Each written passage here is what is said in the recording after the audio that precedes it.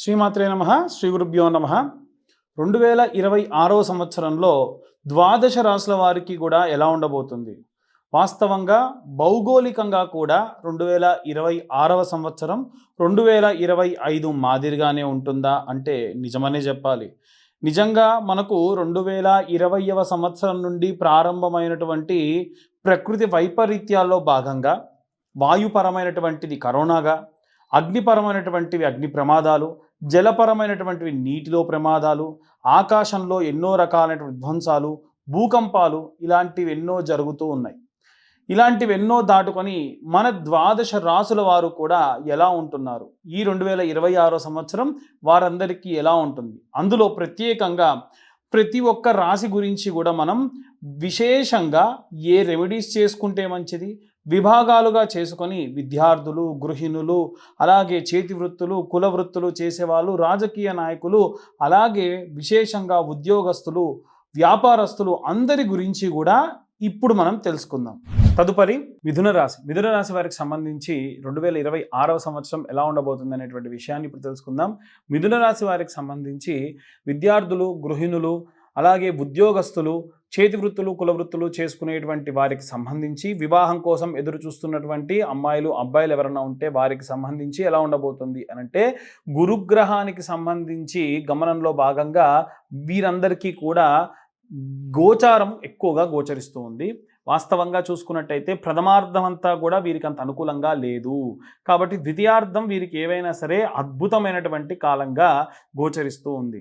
కాబట్టి ప్రథమార్థం 6 నెలలు కూడా ఇబ్బందిగా ఉన్న సమయంలో దక్షిణామూర్తికి సంబంధించి కానీ, గురుగ్రహానికి సంబంధించి ఏదైనా సరే మంత్రమో జపమో చేయించుకుంటే మంచి యోగ్యమైనటువంటి కాలంగా కనిపిస్తూ ఉంది. ఎప్పుడైతే ద్వితీయంలో కూడా మనకు గురువు చూసుకుంటే 4 నెలలు మాత్రమే బాగుంటారు. ఆ సమయాన్ని యూటిలైజ్ చేసుకోండి. జూలై నుంచి ఆల్మోస్ట్ అక్టోబర్ ప్రాంతం వరకు కూడా వీరికి కాస్త అనుకూలంగా ఉంటుంది. ఆ సమయం దాటిపోతే మళ్ళీ ఇబ్బంది పడేటువంటి కాలం ఉంటుంది. చాలా జాగ్రత్తగా ఉండండి. ఈ సంవత్సరం వివాహం కానటువంటి 25 నుండి 30 మధ్యలో ఉన్నటువంటి వాళ్ళు ఎవరైతే ఈ యొక్క సంవత్సరంలో వివాహం జరగకపోతే 2 సంవత్సరాల దాకా ఈ రాశిలో ఉన్న వారికి వివాహం జరగదు. సో ఏదో ఒక వంక పెట్టి పోస్ట్పోన్ చేసేటువంటి వాళ్ళు ఎట్టి పరిస్థితులలో ఈ సంవత్సరం పోస్ట్పోన్ చేయకండి. చాలామంది ఫోటోలు చూసి నెగిటివ్ ఇంపాక్ట్ తీసుకుంటూ ఉన్నారు. ఒకసారి డైరెక్ట్గా మాట్లాడి మీరు ఏదైనా నిర్ణయానికి రండి. ఈ యొక్క వివాహం కోసం ఎదురు చూసేటువంటి వాళ్ళకు ఈ విషయాన్ని చెబుతూ ఉన్నాను. అలాగే సూర్యగ్రహం అనేటువంటిది ప్రభుత్వ ఉద్యోగస్తులు, ఫారిన్ కంట్రీకి వెళ్ళాలి అనుకునేటువంటి వాళ్ళు, అలాగే ఏవైనా సరే కాస్త టీమ్ లీడింగ్ పొజిషన్లో ఉన్నటువంటి వాళ్ళు, రాజకీయాల్లో ఉండేటువంటి వాళ్ళకు సంబంధించి సూర్య గమనాన్ని మనం ఆధారంగా తీసుకుంటాం కాబట్టి అష్టమ స్థానమునందు సూర్యగ్రహం యొక్క సంచారం అనేటువంటిది ఉంది. అష్టమంలో సూర్యుడు ఎప్పుడు కూడా అనుకూలంగా ఉండడు, నవమంలో కూడా అనుకూలంగా ఉండడు. నెలన్నర పాటు ఒక్కో రాశిలో సంచారం చేస్తే ఆల్మోస్ట్ 3 నెలల పాటు కూడా సూర్యుడి యొక్క అనుకూల పరిస్థితులు ఏవీ కనిపించడం లేదు ఈ యొక్క డిపార్ట్మెంట్స్ ఇప్పుడు నేను చెప్పిన వాళ్ళందరికీ కూడా. సో ఎప్పటి నుంచి అనుకూలంగా ఉందయ్యా అనంటే మార్చి తర్వాత నుండి 3 నెలల పాటు అనుకూలమైనటువంటి కాలం. ఎందుకంటే మనకు అష్టమంలో ఉన్నటువంటి సూర్యుడు నవమం నుంచి దశమంలో సంచారం చేయాలి. ఇక్కడ ఇంకొక నెగిటివిటీ ఏమిటంటే సూర్యుడు శని కలిసి ఉన్నా సరే పనులు పెండింగ్లో పడే అవకాశం ఉంటుంది. అది కూడా ఒక రకంగా ఇబ్బందే. అంటే పనులైనా ఇలా నోటి దాకా వచ్చింది చేజారిపోయే అవకాశం ఉంది. కాబట్టి అరుణపారాయణం లాంటివి చేయించుకోవడం వలన విశేష సత్ఫలితాలు పొందవచ్చు. అలాగే బుధుడు వ్యాపారానికి అధిపతి.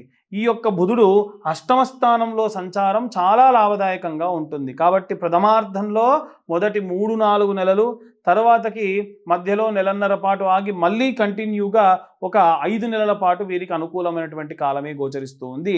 నూతనంగా వ్యాపారం చేయాలనుకున్న వాళ్ళు, ఏవైనా సరే వ్యాపారాన్ని ఎక్స్పాండ్ చేయాలనుకున్నటువంటి వాళ్ళు, అలాగే ఏదైనా సరే కాస్త నాలెడ్జ్ గెయిన్ చేయాలి, ఇంకా చదువుకోవాలి అని వెళ్ళేటువంటి వాళ్ళందరికీ కూడా ఈ యొక్క రాశి వారికి అనుకూలమైనటువంటి కాలం. కేవలం మధ్యలో ఒక 2-3 నెలలు మాత్రమే అనుకూలంగా లేదు, ప్రథమార్థానికి ద్వితీయార్థానికి. అలాగే శుక్రుడు రాహు గ్రహం ఇద్దరు కూడా ఏంటంటే సినిమా రంగంలో ఉన్న వాళ్ళకి, అలాగే మత్తు సంబంధిత, అలాగే డ్రగ్స్కి సంబంధించి, డ్రగ్స్ అంటే వేరే కాదండి, ఫార్మా రిలేటెడ్ ఇష్యూస్ ఉంటాయి కదా, ఫార్మా ఇండస్ట్రీస్ వాళ్ళు ఉంటారు కదా, వాళ్ళకు సంబంధించి అన్నమాట. సో రాహువు శుక్రుడు ఇద్దరు కూడా ఏంటంటే 8, 9వ స్థానంలో సంచారం చేయడం వలన శుక్రుడు 8వ స్థానంలో లాభిస్తాడు, కానీ ఆయన ఉండేది కేవలం 2 నెలలు మాత్రమే. తర్వాత మళ్ళీ 2 నెలలు బాగోదు, తర్వాత 11వ స్థానంలో సంచారం చేస్తాడు. తర్వాతి కాలంలో కూడా వీరికి విశేషమైనటువంటి సత్ఫలితాలు పొందుతారు. సో ఆల్మోస్ట్ సినిమా ఇండస్ట్రీలో ఉన్న వాళ్ళకి, ఫార్మాలో ఉన్న వాళ్ళకి డబ్బు వస్తుంది, కానీ ఎవరినన్నా నమ్మి మోసపోతారు. ఎందుకు అని అంటే 9వ స్థానంలో ఉన్నటువంటి రాహు ఎటువంటి చలనం లేకుండా ఉన్నాడు ఈ సంవత్సరం అంతా. కాబట్టి ఖచ్చితంగా ఈ యొక్క రాహుగ్రహం యొక్క ప్రభావం వలన విశేషమైనటువంటి నష్టం వీరికి ఏర్పడే అవకాశం కనిపిస్తూ ఉంది. ఇవన్నీ కూడా మనం శనిగ్రహానికి సంబంధించి రియల్ ఎస్టేట్ రంగంలో కానీ, అలాగే ఏవైనా సరే ఫార్మా ఇండస్ట్రీలో, ఏదైనా సరే ఇండస్ట్రీలో ఫ్యాక్టరీలు పెట్టినటువంటి వాళ్ళు ఎవరైతే ఉంటారో వాళ్ళకు సంబంధించి శనిగ్రహాన్ని మనం అనుసంధానంగా తీసుకుంటే ఇనుము, ఆయిల్, ఫైర్ ఈ రిలేటెడ్ వర్క్స్ చేసే వాళ్ళందరూ కూడా జాగ్రత్తగా ఉండాలి. ఎందుకు అంటే ఈ యొక్క మిథున రాశి వారికి సంబంధించి దశమంలో ఉన్నటువంటి శని, లాభస్థానంలో ఉన్న శని ఎటువంటి లాభం చేయకుండా శని చండాల యోగం అనేటువంటి దాంట్లో ఉన్న కారణం చేత విశేషమైనటువంటి నష్టం కూడా రావచ్చు. ఏదో కాస్త లాభం వస్తుంది అనుకునే లోపు పెద్ద నష్టం వస్తుంది, దానివల్ల ఇబ్బంది పడుతూ ఉంటారు. కాబట్టి చాలా జాగ్రత్తగా నిర్ణయాలన్నీ కూడా తీసుకోవడం మంచిది. ఓవరాల్గా చూసుకుంటే మిథున రాశి వారికి జాగ్రత్త పడితే కాస్త గడ్డు కాలం నుండి బయటపడవచ్చు. ఏమాత్రం అజాగ్రత్తగా ఉన్నా దాచుకున్నటువంటి ధనము కానీ, పేరు ప్రతిష్టలు కానీ అన్నీ కూడా భ్రష్టపాలు అయిపోయేటువంటి అవకాశం కనిపిస్తుంది. ఇవన్నీ కూడా గోచార రీత్యా చెబుతున్నటువంటి విషయంలో మాత్రమే. డీటెయిల్డ్గా జాతకం కావాలనుకున్న వాళ్ళు కింద ఉన్న నెంబర్కు వాట్సాప్ చేయండి. 2,500 రూపాయలు ఈ సంవత్సరంలో ఛార్జ్ చేయడం జరుగుతుంది. అలాగే ఈ యొక్క రాశి వారే కాకుండా ఈ డిపార్ట్మెంట్లో ఉన్నటువంటి అన్ని వర్గాల వారికి సంబంధించి ఏ మంత్రం చదవాలి, రెమెడీస్ తీసుకోవాలనే విషయాన్ని ఇప్పుడు మనం తెలుసుకుందాం. ఇప్పటి వరకు ఈ రాశిలో వారికి ప్రథమార్థం ద్వితీయార్థంలో ఎలా ఉంటుంది అనేటువంటి విషయాన్ని తెలుసుకున్నాం. మనము ఈ 2026 సంవత్సరంలో విద్యార్థి దశలో ఉన్నటువంటి వాళ్ళు చేయాల్సినటువంటి రెమెడీ గురించి చెప్తాను. ఒకటి, మేధా దక్షిణామూర్తి స్తోత్రం నిత్యం ఉదయం రాత్రి సమయంలో, లేదా ఉదయం సాయంత్ర సమయంలో విన్న మాత్రం చేత, నిత్యము కూడా విన్న మాత్రం చేత మనకు విపరీతమైనటువంటి కాన్సన్ట్రేషన్ పవర్ పెరుగుతుంది. అలాగే విద్యార్థి దశలో ఉన్నటువంటి పిల్లల గురించి ఎస్పెషల్గా చెప్తున్నానండి. ఒక ఆవు నెయ్యి దీపం మీ ఇంట్లో ఉన్నటువంటి ఒక కార్నర్కి, ఇలా ఉన్నటువంటి కార్నర్కి పెట్టేసి లైట్స్ అన్నీ ఆఫ్ చేసి ఆ దీపాన్ని అలాగే చూడండి. దీనివలన కాన్సన్ట్రేషన్ పెరుగుతుంది, ఐ సైట్ కూడా తగ్గుతుంది. అంటే బోర్డు మీద చూసేటువంటివన్నీ కూడా కాస్త మసకగా కనిపిస్తున్నటువంటి ఆ యొక్క లెన్స్ క్లీన్ చేసినట్టుగా అవుతుందన్నమాట. అలాగే మీరు చదువుకునే క్రమంలో మంచి వాసన వచ్చేటువంటి అగరబత్తీలు, మీకు ఎటువంటి డిస్టర్బెన్స్ లేకుండా వచ్చేటువంటి అగరబత్తీలు వెలిగించుకొని ఓం వాగ్దేవ్యై నమః, ఓం వీణావాణియే నమః అని ఒక 11 మార్లు శ్రద్ధగా శుభ్రంగా స్నానం చేసి మంచి లైట్ కలర్ వస్త్రాలు వేసుకొని ఈ 11 సార్లు ఓం వాగ్దేవ్యై నమః, వీణావాణియే నమః అని చెప్పి తర్వాతకి మీరు ప్రారంభించండి. మీకే తెలవని ఒక డివినిటీ వస్తుంది. అంటే చదివేటువంటి చదువు పైన మంచి భక్తి కలుగుతుంది. దీనివలన శ్రద్ధగా చదువు మనకు ఎక్కుతుంది. దానివల్ల ఎగ్జామ్స్ బాగా రాస్తాము. నెలలో ఒక్కసారన్నా సరే మీ పేరెంట్స్ని అడిగో ఏదో ఒకటి చేసి ఉలవలతో చేసినటువంటి చారుని తినండి. ఎందుకంటే కేతుగ్రహానికి సంబంధించిన ధాన్యం ఏదైతే ఉందో అది ఉలవలు. కాబట్టి మనం ఇప్పటివరకు ప్రస్తావన చేయలే కేతుగ్రహం గురించి. ఎందుకంటే కేతు జ్ఞానపీడోపశాంతయే, కేతు అరిష్టేతు సుసంప్రాప్తే, కేతు పూజాంచ కారయేత్, కేతు ధ్యానం ప్రవక్ష్యామి జ్ఞానపీడోపశాంతయే. మతిమరుపు ఎక్కువగా కలిగిస్తాడు. కాబట్టి మతిమరుపు రాకుండా అంటే నెలలో ఒక్కసారైనా ఇంటిల్లిపాది ఏం చేయాలి, ఉలవ చారు తినాలి. మన తెలుగునాట ఉన్నటువంటి సాంప్రదాయం ఉలవచారు.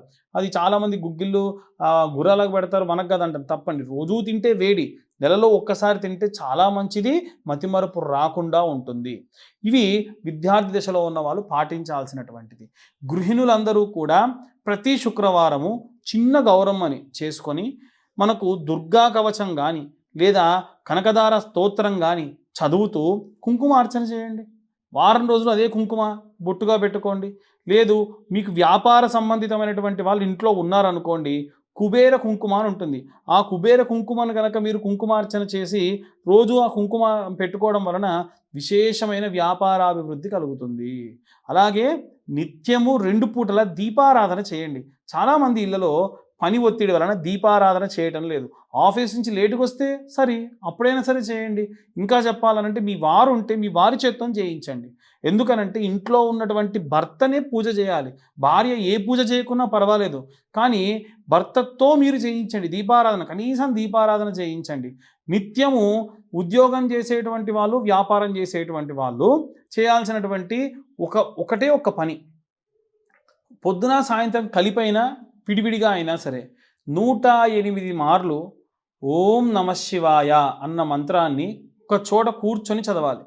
మహా అయితే 2-3 నిమిషాలు కూడా పట్టదు. అంతే కదండీ! కాన్సంట్రేషన్‌గా చదివితే మీకు తెలవని ఆరా పెరుగుతుంది. అలాగే సాయంత్రం సమయంలో ఇంకా వీలైతే ఓం నమో భగవతే వాసుదేవాయ, లేదు ఓం నమో నారాయణాయ, ఇలాంటి మంత్రం. విశేషంగా ఆరా పెరగాలి అనంటే ఏదో ఒక చాంటింగ్ చేయాలి. మనం ఎప్పుడు మన లోపల మాట్లాడుకోవాలి. ఆ సమయంలో వేరేవి ఏవి ఆలోచించకూడదు. ఇలాంటివి చేయడం వలన కాన్సంట్రేషన్ పెరుగుతుంది. ఎదుటిగా ఉన్నటువంటి వ్యక్తి చెడు చేస్తున్నాడా, మంచి చేస్తున్నాడా ఈజీగా తెలుస్తుంది. కాబట్టి ఇలాంటివన్నీ కూడా మనం చేయాలి. అలాగే ఎవరైతే ఉద్యోగస్తులు ఉంటారో ఈ సంవత్సరంలో ప్రథమార్థము, ద్వితీయార్థము మీకు బాలేనటువంటి సమయాన్ని చెప్పాను కదా, ఆ సమయంలో గానగాపూర్ వెళ్ళండి. దత్తాత్రేయ స్వామి యొక్క పాదుకలు దర్శించుకోండి. సంగంలో స్నానం చేయండి. ఆ పక్కనే ఉన్న చెట్టు, మీడి చెట్టుకి ప్రదక్షిణాలు చేయండి. అద్భుతమైనటువంటి మంచి ఉపశమనం అనేటువంటిది కలుగుతుంది. విపరీతమైనటువంటి స్ట్రెస్ మీ పైన లేకుండా ప్రశాంతమైన వాతావరణాన్ని మీరు పొందుతారు. ఓం నమో దత్తాత్రేయ స్వామినే నమః అని 11 మార్లు రోజు పూజ చేసేటప్పుడు అనుకున్న మాత్రం చేత, అనుష్ఠానం అంటే ఏమీ లేదండి. పెద్ద పెద్ద మంత్రాలు ఏం అవసరం లేదు. మనం చాలా సులువుగా చదువుకునేటువంటి మంత్రాల్ని నిత్యము 11 సార్లు ఒకటి, 108 సార్లు ఒకటి చదువుకుంటే చాలు. సంవత్సర కాలంలో ఆడవాళ్ళు, ఇంట్లో ఉండే ఆడవాళ్ళు శ్రీమాత్రే నమః అన్న మంత్రం ఒక 10,000 సార్లు పూర్తి చేసిన మాత్రం చేత ఇంటికి ప్రమాదం రాకుండా అమ్మవారు కాపాడుతుంది. చూడండి మరి. కాబట్టి ఇలాంటి పనులు చేయండి, ఇలాంటి మంత్రాలు చదవండి, ఇలాంటి చాంటింగ్స్ చేయండి. దానివల్ల ప్రత్యేకమైనటువంటి శక్తిని పుంజుకుంటారు. అలాగే ఎవరైతే వ్యాపారం చేస్తూ ఉన్నారో బుధవారం పౌర్ణమి వచ్చిన నాడు ఎక్కడైనా వెంకటేశ్వర స్వామి ఆలయంలో భోగం చేయించండి. భోగం అంటే వేరే అనుకోకండి. భోగము అనంటే చింతపండుతో చేసేటువంటి పులిహోరని భోగము అంటారు. అలా చింతపండుతో తయారు చేసిన పులిహోరని స్వామివారికి ఎక్కువ మొత్తంలో నివేదన చేయించి మీ చేత్తో పంచండి. ఇలా చేయడం వలన వ్యాపారస్తులందరికీ కూడా అద్భుతంగా ఉంటారు. వ్యాపారానికి అధిపతి బుధుడు నపుంసకత్వానికి కారకుడు. కాబట్టి ఎవరైనా హెజ్రాలు ఉంటే ఆ హెజ్రాకి పౌర్ణమి రోజు బుధవారం వచ్చినప్పుడు ఆకుపచ్చ వర్ణంలో ఉన్నటువంటి తులసిమాల, ఒక ఆకుపచ్చ వర్ణంలో ఉన్న చీర, అలాగే ఆకుపచ్చ వర్ణంలో ఉన్నటువంటి గాజులు పెట్టి ఎంతో కొంత దక్షిణించి కాళ్ళకు దండం పెట్టండి. ఇంకా వీలైతే హారతి కూడా ఇవ్వండి. అదేంటండి అనంటే, అవును, ఖచ్చితంగా ఈ యొక్క నపుంసకత్వులు ఎవరైతే ఉంటారో, హెజ్జాలు ఉంటారో, వారికి ఇలా చేయడం వలన విశేషంగా వాళ్ళ యొక్క జాతకంలో ఉన్నటువంటి బుధగ్రహ సంభావిత దోషములు పోతే వాళ్ళకేమీ కాదు. ఎందుకంటే వాళ్ళకు ఉన్నటువంటి శాపమే ఉన్నటువంటి దోషం. అంతకు మించిన దోషం ఇంకేది ఉండదు. ఇలా చేయడం వలన వ్యాపారం బాగా వృద్ధి చెందుతుంది. సాంసారిక జీవితంలో వీర్యకణాల ఉత్పత్తి తక్కువగా ఉన్నటువంటి నపుంసకత్వంలోకి వెళ్తున్నటువంటి మగవాళ్ళకు కూడా ఈ రెమెడీ చాలా బాగా ఉపయోగపడుతుంది. అలాగే ఎవరైతే శని సంబంధిత ఇబ్బందులతో ఉన్న ధనుసు రాశి వాళ్ళు కానీ, ఈ యొక్క సింహరాశి వాళ్ళు కానీ, అలాగే ఏలిననాటి శని ప్రభావం వల్ల ఇబ్బంది పడుతున్నటువంటి మీనరాశి వాళ్ళు కానీ, అలాగే మేషరాశి వాళ్ళు కానీ, విశేషంగా వీరే కాదండి, అందరూ ఎవరికైతే శని మహర్దశ నడుస్తుంది, శని వారి జాతకంలో చండాల యోగంలో ఉన్నాడు అనుకోండి, అప్పుడు ఏం చేస్తారు? కాబట్టి ఈ సంవత్సరంలో ఎప్పుడైతే శని త్రయోదశి వస్తుందో ఆ శని త్రయోదశి నాడు విశేషంగా మీరు అంటే ఎన్నిసార్లు శని త్రయోదశి వస్తే అన్నిసార్లు తైలాభిషేకము, తిలాహోమము చేయించండి. నేనేం చేస్తున్నానంటే సంవత్సరంలో ఎన్నిసార్లు శని త్రయోదశి వస్తే అన్నిసార్లు మీ పేరు మీద తైలాభిషేకము, తిలాహోమము చేయిస్తా. ఆసక్తి గలవారు ఎవరైనా సరే ఒక్కసారి డబ్బులు కడితే చాలు, సంవత్సరంలో ఎన్నిసార్లు వస్తే అన్నిసార్లు స్వయంగా నేనే దగ్గరుండి చేయిస్తా. మీరు కూడా వచ్చి ఆ యొక్క హోమంలో, పూజలో పార్టిసిపేట్ కూడా చేయొచ్చు. అలాగే వివాహం కానటువంటి అమ్మాయిలు, అబ్బాయిల కోసం ప్రతి నెల ఆఖరి ఆఖరి వారంలో విశేషంగా కన్యావర పాశుపత హోమాలు చేస్తున్నామండి. ఎందుకంటే చాలామంది పిల్లలు రకరకాల కారణాల చేత వివాహం చేసుకోవట్లేదు. ఇంకో రకంగా వివాహాలు ఆలస్యం అవుతూ ఉన్నాయి. ఏజ్ ఎక్కువైపోతుంది. అలాంటి వారి కోసం శివుడికి చక్కెరతో అభిషేకం చేసి తర్వాత హోమం చేయడం జరుగుతుంది. ఇవి ప్రతి నెల కూడా ఎవరికి వారికి సపరేట్‌గా హోమము, అభిషేకము, పూజాది క్రతువులు చేస్తూ ఉన్నాం. ఆసక్తి గలవారు దాని గురించి కూడా కింద ఉన్న నెంబర్‌కు కాంటాక్ట్ చేయొచ్చు. అయితే ఎవరైనా సరే సర్ప సంబంధిత దోషములున్నా, ఆశ్లేష నక్షత్ర సంబంధిత దోషములున్నా, పితృదోషములు నవమ స్థానంలో పితృదోషములుంటే కూడా వీటన్నిటికీ కూడా గోకర్ణ క్షేత్రంలో విశేషంగా మోక్షనారాయణ బలి, ఆశ్లేష బలి పూజలు, అలాగే సర్ప సంబంధిత దోషం ఉన్నటువంటి పూజలన్నీ కూడా నిర్వహించడం జరుగుతుంది. వాటి గురించి కూడా ఎవరికన్నా ఇంట్రెస్ట్ ఉంటే కింద ఉన్న నెంబర్కు కాంటాక్ట్ చేయొచ్చు. జాతకానికి సంబంధించి చాలామంది ఫోన్లు చేసి మా పేరు చెప్తాను జాతకం చెప్పండి అంటున్నారు. పేరుతో నేనే కాదండి ఎవరి జాతకం చెప్తానని నమ్మకండి. ఎందుకంటే ఒక పేరు వెంకటేశ్వరరావు అన్న పేరున్న వాళ్ళందరూ ఒకేలా లేరుగా. కాబట్టి అనవసరంగా డబ్బు వృధా చేసుకోకండి. మీ యొక్క పుట్టిన పేరు, సమయం, date of birth, time of birth, place of birth ఇవి ఉంటేనే జాతకాన్ని చెప్పించుకోండి. దానికి 2,511 రూపాయలు అవుతుంది. 60-70 పేజీల్లో జాతకం డీటెయిల్గా ఇవ్వడం జరుగుతుంది. చాలామంది మా వీడియోస్ చూస్తున్నారు కానీ లైక్ చేయట్లేదు, సబ్స్క్రైబ్ చేయట్లేదు.